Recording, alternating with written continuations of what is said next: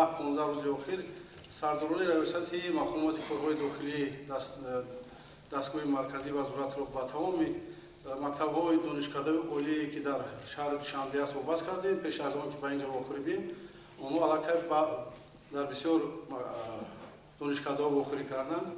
علاقه بسیار سوال و جواب، بسیار فکرهای جوانان جمع شدند و بعضا ما علاقه کاروبار فعالیت مقامات کارهای داخلی و سمت‌های لازمی سفربر کردیم.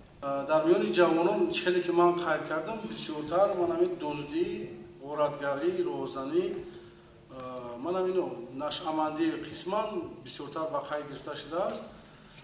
بنابراین در وزارت کارهای داخلی یک خدمات مخصوصی هم یک سال پیش تشکیل شد. این خدمات پیشگیری خانه‌شکنی در بین جوانان و نابالغان است.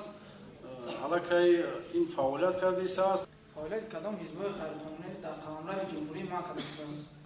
حزب اسلامی، حرکت اسلامی ازبکستان، سلفیه، حزب حرکت اسلامی ترکستان.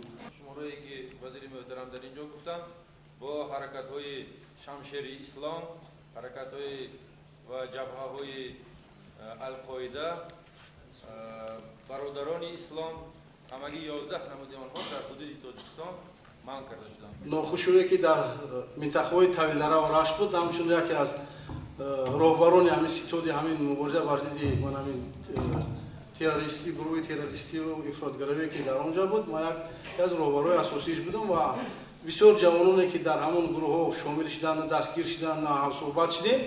بسیار چیزا دیدت دونستیم، با چشم خودمون دیدیم که برای سبب و شرایط پیدا شدن همین آن است. 180 کیلوگرم مواد مخدری به اندازه است و 90 کیلوگرم تاکید کردن هستم که